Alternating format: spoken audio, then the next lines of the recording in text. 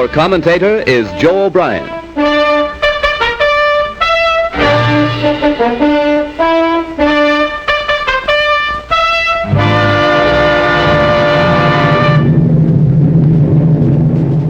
Here is the motion picture record released by the United States Navy of the havoc wrought by the Japs' sneak sky and sea raid on Pearl Harbor, America's mid-Pacific naval bastion.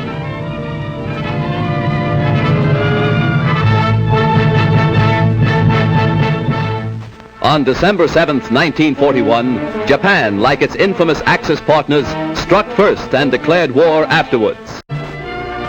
The Japs copied their German masters in striking hard at airfields. Hickam Field, northwest of Honolulu, and the Fort Island Naval Plane Base were the first objectives of Japan's treachery. At Pearl Harbor, at Hickam Field, in the bomb-pocked streets of Honolulu, ever is written history. History with a tragic, treacherous pen. History that 130 million Americans will never forget. And in days to come, the Japs, too, will remember Pearl Harbor.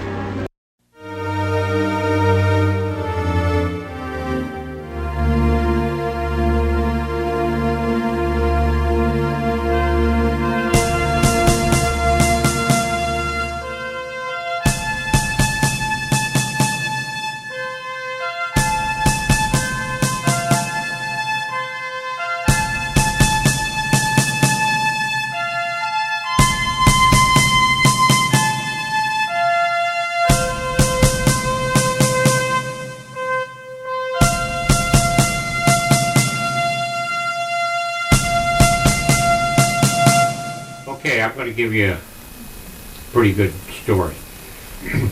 On the morning, I didn't get out of bed because Sunday was my day off, and I figured I'd skip chow. But there's a friend of mine who had been in the guardhouse for an infraction, stealing money from the PX. And he was a prisoner, and they released him at 6 o'clock every morning to pull duty with our company because he was called a Class A prisoner. Anyhow, Clarence came down and woke me up. He said, "You going to eat?" "Oh, yeah, just a minute." I jumped into my clothes and we went over to the mess hall. Mess hall closed at 8 o'clock. I was the only one in the mess hall with Clarence. The only reason I went on Sunday is because you got that little bottle of milk and you got your eggs, 2 eggs any style. And anyway, then there was a cook there. And then the racket started, and we heard right overhead. It was like a CCC barrack. It was a wooden barrack, or tent, or mess hall.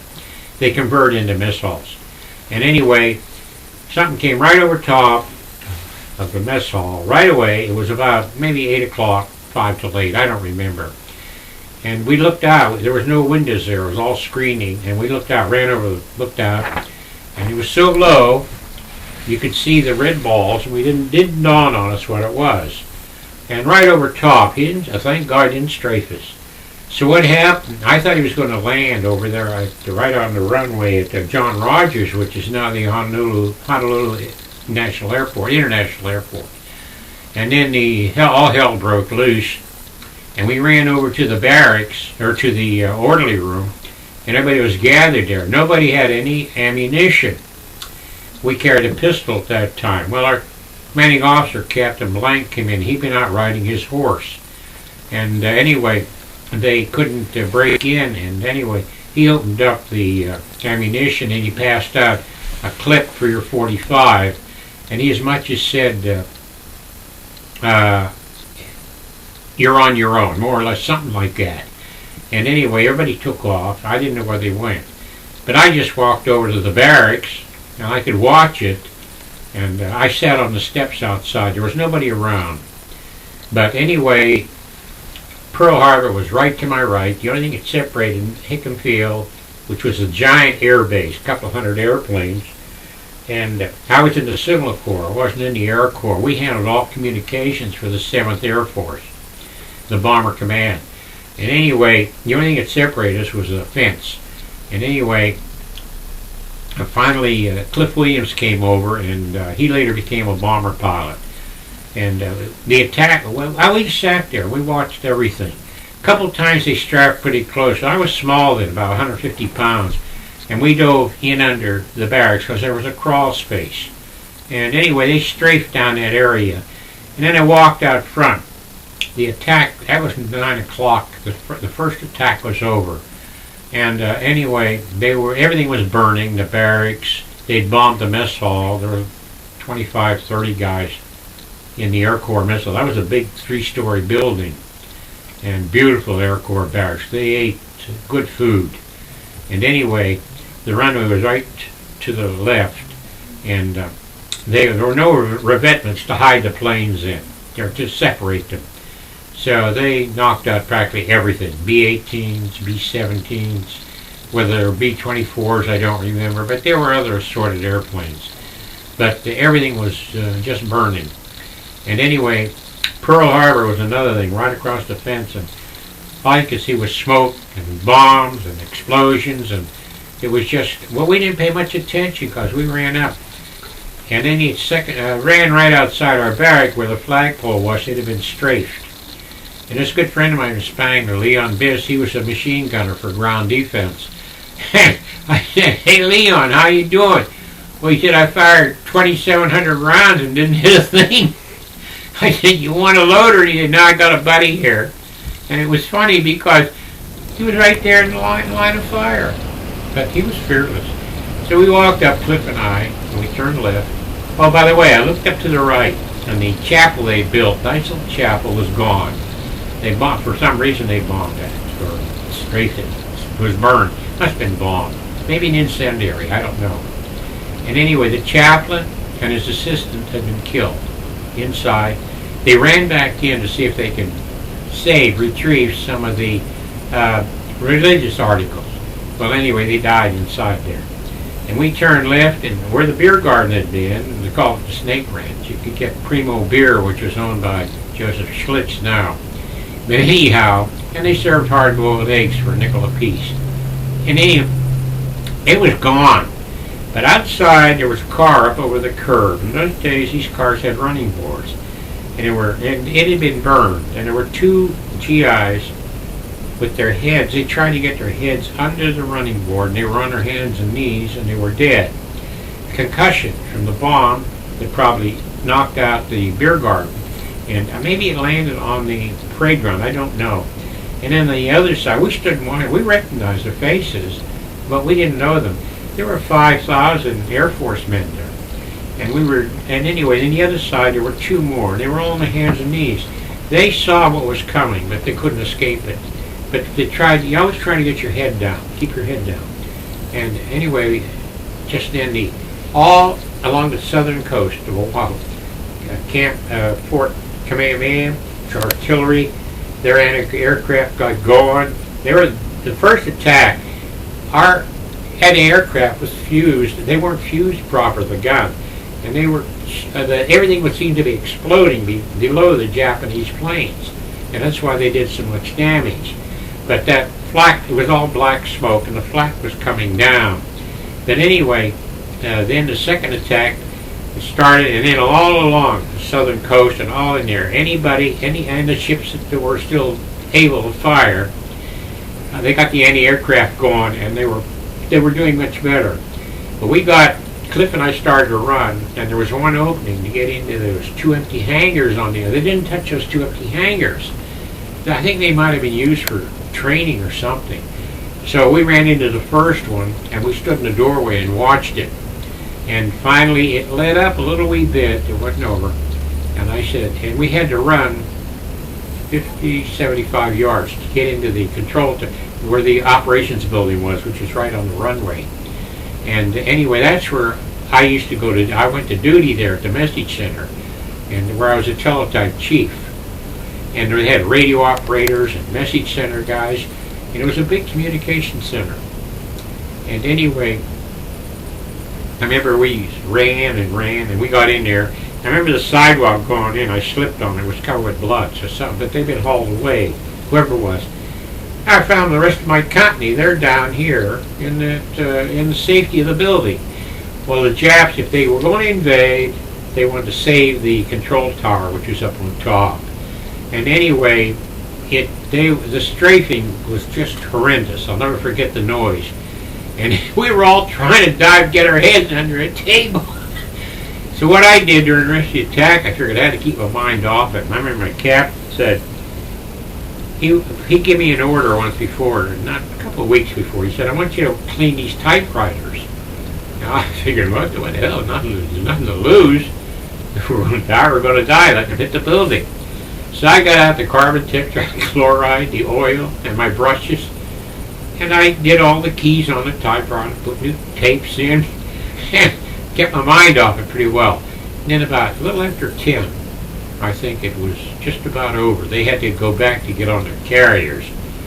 I think altogether they lost, the Japanese lost 29 planes, which was nothing to them. We lost a couple hundred here. Kaneohe, the Naval Air Station, they got wiped out. Pearl Harbor, Fort Island, nothing. The fighter bay, Wheeler Field, up next to Schofield Barracks, they were destroyed, all the fighter planes. There were no fighter planes up there. Maybe Welsh and Taylor, they got out to Haleiwa, which is an auxiliary air base, and they were the ones that were knocked down the 5 Jap planes. I've seen them on television. They're gone now, but they were decorated highly for their actions to get off in that attack. And anyway, what we did, there was so much confusion, and somebody said we were all supposed to go outside on the roadway. This was maybe 11:30, I don't remember. The Red Cross is out there. They're trying to find out who's missing, who's gone, and who are alive. They had to take see who was from different outfits. And anyway, you were allowed to say, get a next of kin address, and all that, and am okay, and your name, serial number, and that was it. Well, that was on the 7th. My mother never got that message. And anyway, then they told us, go down to the barracks and throw all the mattresses out the windows. I don't know why, we just did it. Well, we didn't sleep there for a while. But anyway, the mattresses were later taken back in. And the damage was horrendous. And I remember this one doctor said, a small base hospital at Hickam, they were bringing in the corpses from Pearl, and Hickam, and wherever, on that part of the island. And he said the bodies were piled up like cordwood. Then they called me into the message center, and I was the fastest operator. I was a good operator. I could have gone to work for Western Union. And they gave me a big, long yellow sheet, starting with everything. They had run out of caskets. They called in this outfit from Camp Malakoli. It was a pack train outfit, I think. And they said they had to get the dead underground because the bodies putrefy so rapidly in the heat, and disease would spread. So they called in this, and they said on that, I remember that long message, that they were digging a hole up at Schofield Barracks to accommodate. They had to get the corpses underground. And anyway, they were packing them onto trucks to get them up there. It was 17 miles up the road. And then they had some of the names down and who were killed with their serial number. And anyway, I remember there were so many things in that, I don't remember at all, but it was a real long, I was on there a long time. I remember all the guys were gathered around reading. And anyway, I don't know what time I got done with that. And I never forgot it because it was sort of sad. But you don't think you're 18, 19 years old. And at dusk, I remember they put some fellows to work on the whole operations building with black paint. They had to black it out. They could work at night, keep the lights on, but they didn't have any curtains or anything like that, so they blacked out all the windows so the light wouldn't come through. And it was getting toward dusk. And over to, if I was standing facing this way, over to my right, all hell broke loose. That was in Pearl. They got their anti-aircraft guns because anything coming in over the island then was fair game at night. And there were some planes coming with their landing lights on, and they were Navy planes. Admiral Halsey had the Enterprise out at sea. And anyway, he had turned loose a squadron, I think about maybe 10, 12 planes, Navy planes. And he sent them into Fort Island, which was in the middle of Pearl Harbor. But Fort Island had been bombed. No plane could land on it. So by then, our gunners all around the southern line, everything was all orange. The planes exploded. They killed, I don't know how many of them died. Our own planes they shot down. And it was a boo-boo on Halsey's part, but he didn't know. He was out at sea. He knew about the attack. And anyway, I'll never forget, I watched those planes blow up. And then I figured that night, there's some others that are going to get telegrams. So I was outside then. There was a window well. You're at sea level there. There's no cellars. And I remember Mike Panakovich and Herbie Gilmore, they were down in this window well. And they called me. Where are you going? I said, oh, it's not safe out there. They're shooting at everything. Everybody was sugar happy. Because there had been stories about invasion, paratroopers, sabotage, and you couldn't believe the rumors, and boy, you didn't know what to believe. So what happened, they said, well, there's room for you, Harry, so I went in with them, and the best thing I did. So that night, all we did was talk. We didn't sleep, you didn't get to eat, but I'll never forget that window well. And I showed your mother where I was. And then things started, and then that was the extent of it as far as Hickam. And anyway, but the damage I couldn't believe. In that book there's some pictures there, that the damage. And I remember though the most walking there, seeing our straight flag, and seeing these poor fellas. And so we lost, I think, around 200. It's in there, the number of killed and wounded and missing. The missing were the ones that disintegrated. They're gone. And concussion will do that too. You don't have to be. You can be near. If a bomb explodes near you, you're gone. That's all there's to it. But the thing about it, the damage, I couldn't believe the beautiful, beautiful place I was stationed at, and it was just built. And it was the biggest air base. MacArthur, the Pacific, he got the warning about Pearl Harbor, and he had the next biggest base, Karp Field. There was another one there. I can't think of the name, but he had planes galore like we did. And he didn't heed the warning. So what he did, he lost all his planes. I mean, he was a great general. But you know, you often wonder how much worse. They say that if they had launched a third attack, which they canceled, they could have probably taken us. I need to capture the island.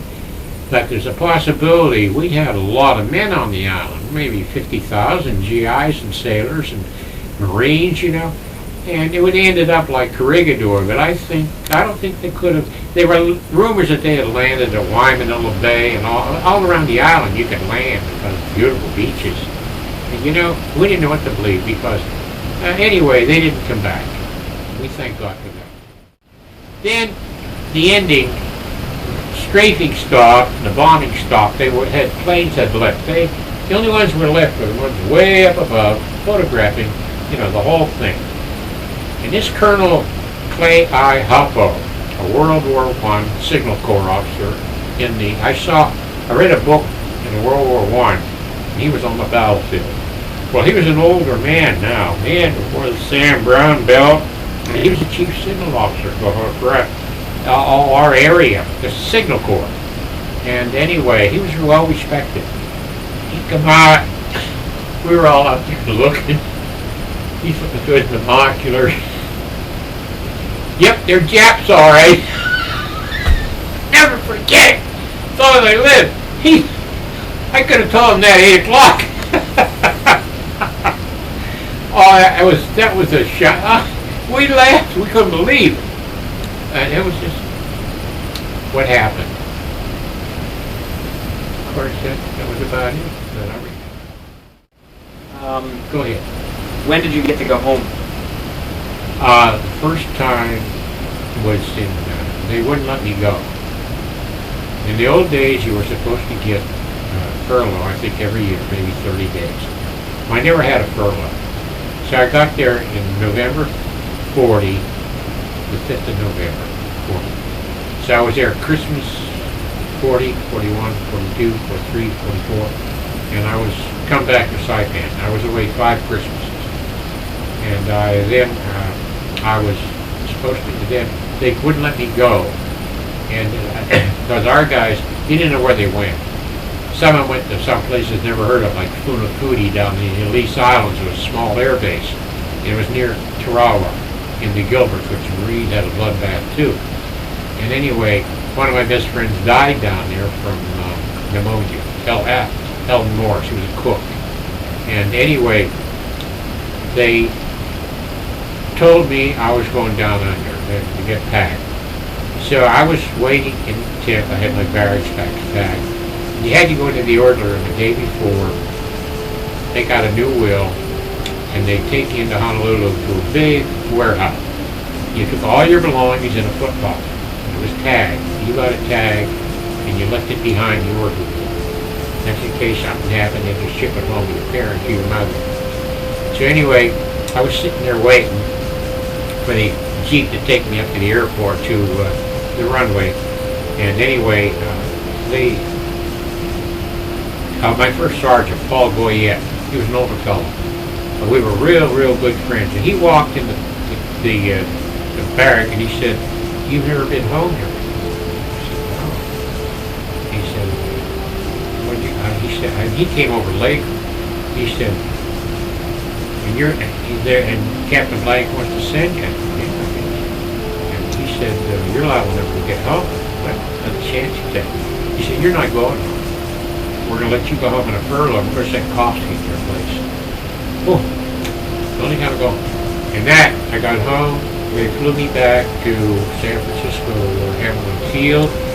And it took 24 hours. I'm not sure about the time. But I remember I went up to where the pilots were. And there were a lot of guys who went over with me, were on the plane. They all got furloughed. And that was the first one. That was August 44th. And that was the only time I got home. And I have that picture downstairs. It's with Ruby and Florence and Bill and Mom. They're all gone. That's Melissa and Danny were on the picture too. They were much younger. And anyway, I went up to the cockpit. I said to the pilot, "Where's San Francisco? Where's the Golden Gate?" He said, "You stay up here and watch." Well, daylight was coming. There's an all-night flight over water, naturally. And anyway, we landed, and I had money. My mother sent me money to fly home. Some of the guys didn't have any money at all. They had to wait for transportation.